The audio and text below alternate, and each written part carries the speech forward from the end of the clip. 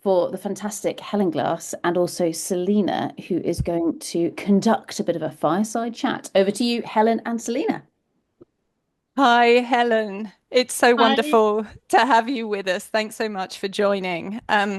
You are a kindred spirit from the world of agriculture, which, as you and I have said on a number of occasions, actually has many similarities with mining. And let's not forget, provides us with many critical raw materials, including our food. For background for everyone on the call, Helen and I met. Actually, I was thinking it's only about 7 or 8 months ago. Yeah, It's so not very long. On a call arranged by actually a mutual colleague to discuss Satala's Farm Balance project. But in my experience, even in that short time, Helen is a fantastic introducer, very thoughtful introductions. And actually, Joel, I really like your terminology around generous in making connections. That's exactly what Helen is, in my experience, and building partnerships where the whole is far greater than the sum of its parts. So, luckily, Helen, this is a key part of your role at Scotland Agricultural Organisation Society, or SAOS, as we'll probably call it from now on in, supporting farmer co-ops and driving innovation across that network. So it'd be really fantastic if you could introduce yourself and SAOS in more detail, and then we shall dive into some questions. That's great. And thank you so much for inviting me to speak at your conference. And I guess listening to the previous speakers and the introduction, there's a common language around collaboration across the different sectors. So that's been great. But yes, SEOS, we've been around for 120 years supporting the agricultural sector in Scotland, and collaboration, cooperation has been and continues to be at the heart of everything that we do. Now, we're constituted as a cooperative, effectively a federal cooperative, because we're owned by around 60 farming cooperatives, predominantly operating in Scotland across agriculture, aquaculture, and forestry. And that really gives us a sense of scale in terms of agriculture.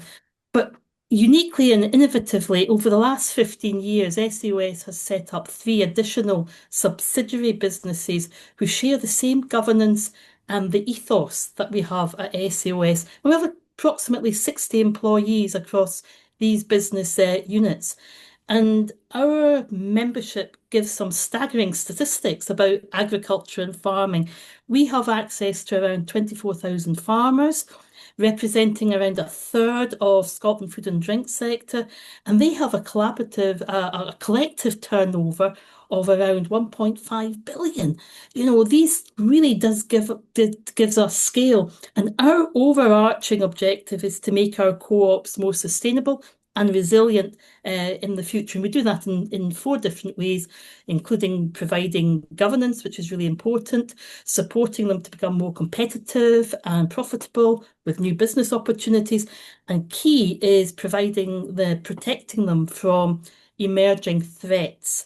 And all of these requires collaboration and partnership working to achieve that. Now, I joined SEOS about 7 years ago and have responsibility for creating and developing partnerships. And somebody said earlier, it's actually a privilege to be in the type of role that I have. Because I'm often working cross-sector that will deliver the benefits to our co-op members and the farming sector. And I lead on supply chain innovation activities at SCOS. And one of the things that just to finish off to say what it is I do, we launched the Cultivating Collaboration Network, which is our platform for engaging with other sectors, nurturing partnerships, engaging with academic innovation centres and excellence, and promoting farmers to take part in art research and development projects. All of that together is about bringing new thinking to farming challenges. And it's incredible. I've been so impressed with the network, and we know, farmers are quite a disaggregated group, and bringing everyone together, particularly around new innovations as well, is quite something. So yeah, very cool. Um, so your business is really collaboration, but where has collaboration taken you by surprise, for example? Where has it worked when you least expected it to, and why? Yeah, that has to be about working cross-sectorally, whether it's with the downstream space sector, the green hydrogen technology sector, and the life science sector in terms of the opportunities for our agri co-ops. So that at the very start of that journey, I wasn't sure how that would work. And that really did take me by surprise. But as ever, it's the unexpected conversation at a networking event that, or in a webinar. Already I've got some ideas from this webinar, but need to catch up with Joel on that. But also, where I came from in past experience is about when businesses who may be competitors, they share a common challenge or a part of a supply chain, they will collaborate around a particular challenge or a theme. And I think that was surprising at the start of my journey. And sort of drawing on that, actually, because you've mentioned to me that collaboration is now being valued very much alongside technology and innovation. For example, in funding for research and certainly delivery projects on the ground.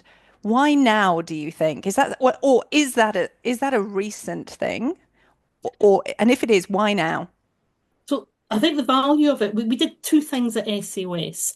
And the first barrier that we had was about perception of co-ops to be R&D type partners. And we had to work very closely with the funding bodies that co-ops were a legitimate and eligible partner in collaborative projects. And that we had to explain what the co-op model was and how accessing a co-op can what that can give a partner scale, but also access to the supply chain as well. And the second thing that we had to do was to break the mold. And the previous speakers spoke about this, was about co-innovation, co-design with a co-op partner. That was really important. But why is it important now is I think that when we look at the future farming scenarios, it's a very different landscape and skill sets that are emerging to enable these farm businesses to grow and become resilient. You know, digital world, earth observation, artificial intelligence, and the ability to use data. And we've spoken a lot about data already this afternoon.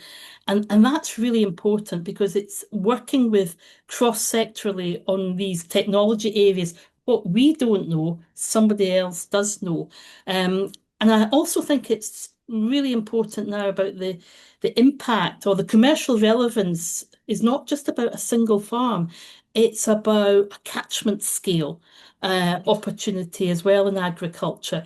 So I think that that's why linking that now with the alongside technology and innovation, that's really important to bring about change. As somebody else also spoke about bringing about change.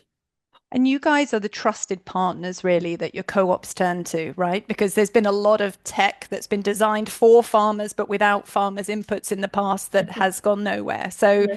perhaps there's a recognition, I'm hoping there's a recognition of that in the mix as well.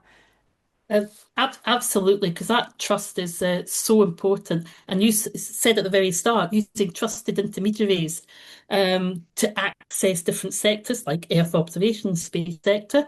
So yeah, and I think what we also have is SOS as a unique and compelling proposition around agriculture about for farmers. But by farmers for farmers, and the Mm. ownership, say for instance, the ownership of farmer data belongs to the farmer, and how can the farmer be rewarded for that? So yeah, I think trust is building trust, maintaining trust is so important to Mm. not just our co-op members, but to the partners that we work with. Definitely. So one more question from me, and then I'll hand over to Sarah to see what's happening in the chat. In your experience, when do collaborations unravel? Perhaps there's no common answer to that, but perhaps there's an example you could give and why. Yeah. So I guess one of the ways to answer that question is to turn it on its head. That if you have through collaboration, you're having many threads, and you want to weave them into a cloth. Now, if you don't, if these threads unravel, the whole cloth just disappears. But a success, in terms of if successful collaborations are based on trust, collaboration breaks down simply when trust is eroded and broken. Now, that might be unaligned expectations or even shifted priorities, Mm. even if they're unintended.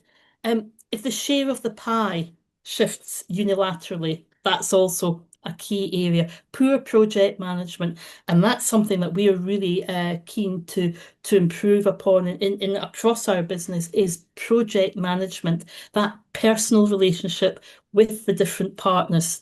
And I'd say the final thing is partnerships that haven't been grown but pushed together. I was at a webinar yesterday and there was a fabulous comment made by one of the speakers, and it was around public sector funding.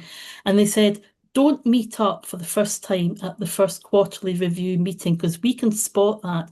You build a collaboration and a partnership, you nurture it and you grow it because others can tell if you've been forced together. Helen, that's awesome. That's been a theme actually right the way through Mm, the conference this week. So thank you so much. thank Sarah, you. over to you for any other questions. Yeah, absolutely. Thank you so much, both Helen and Selena, for a really, really fascinating discussion. And I think in terms of learning from that world of agriculture, but then also that world of mining, there's so many synergies there, aren't there, Helen? I mean, it's amazing, and I think the learnings between the two sectors are fascinating. But one question I wanted to ask you, and that's about the collaboration up and down the supply chain. So, in terms of the world of farmers, and especially through co-ops, you mentioned that through a co-op and through SOAS, for example, you've got that scale, and so therefore you've almost got a bit more power, perhaps, or kind of influence within that room. And so often, be it in the world of minerals and metals, or in the world of food, for example, the people with the least power in the room are the farmers, and they're the ones that get squeezed between the uncertainty of, say, the weather and having to produce something. So where's that collaboration up and down that supply chain? Do you want to say anything more to that? Yeah, you're absolutely correct. And our role is very much about, yeah, working across the supply chain, and working with collaborative partners across that. But what the position that we're currently in is the value or the risk has to be shared because at the moment farmers take when it comes to innovation take all the risk but are not rewarded for it. So looking at this is where it links into policy, legislation, regulatory aspects. How can the value take an example, farmers and data. Farmer collect that data, whether that's around natural capital, or say, or that's probably quite a good example, is how do they get rewarded for that through the supply chain to the retailer? How is that of value to the financial institutions that may be working with that farmer as well? And using that, monetizing that data and that value for the farmer, because otherwise they're taking all the risk and very little of the rewards. They're constantly being squeezed. And that takes a mindset across the supply chain and the drivers, particularly with the retailers as well. It's a complex landscape. It's not simple when it comes to something, say, like biodiversity, natural capital. But it's going, I think the next 5 years are going to be really exciting in terms of how do we shift mindsets for the benefit of the farming sector. And Helen, in terms of working with all those farmers, and this is based off Owen's question in the chat, where he's asking, so he's saying, so from his perspective, they deal with relatively large organizations, but of course, farmers, you've got lots and lots of maybe either sole traders or individuals or very small organizations that are working. So, have you got any hints or tips? How do you work with this massive array of lots of little companies opposed to one or two big organizations? So that's where, in terms of how we position co-op, so it could even be farmer associations, it could be, a collection of farmers. So they don't have to be incorporated as a co-op. But that collection is so important because some of our co-ops have 10 farmer members, others have 6,000. Now, interestingly enough, the one that has the 12 farmers are in receipt now of over £1.5 million from Innovate UK R&D because either 12, it's easier to corral 12 farmers around farming from trials and demonstrations, as it might be if the numbers grow stronger. And it's about somebody you mentioned at the very start, the connectors, the people like at SOAS, the trusted connectors, the technology translators, the good program managers, being able to liaise with a collection of farmers that have a commonality, and that might be a supply chain. Say in terms of the barley supply chain for distilling, so and I think that's important that they have a common supply chain, because if you improve at farm level, then you can see the commercial and market opportunities of anything that you change through practices or innovation. And with that, in terms of that, so again, that alignment around that kind of common goal, or I guess the commonality between the people who are coming together. Just going back to your comment about the risk rewards.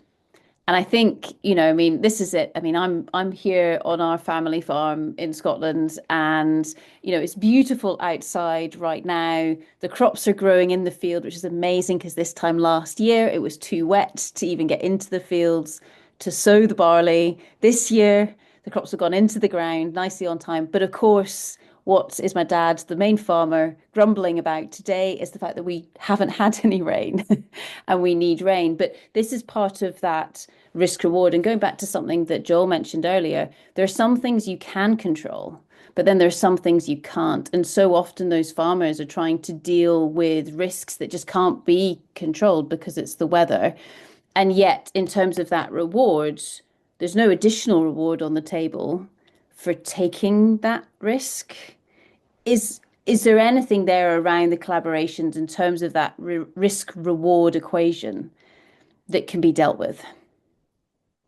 So absolutely. So what are the methods or the approaches to take where there's a buy-in from further up the value chain in Mm. terms of that shared risk and reward? How do we look at, and this is really difficult, there's very few examples where we can, so probably touch on it at the moment, is how do we have the mechanisms in place? And this is where prediction technologies come in, and AI, weather, because weather is one of the key, issues, and as we go into climate change as well, we're going to take on more and more risk.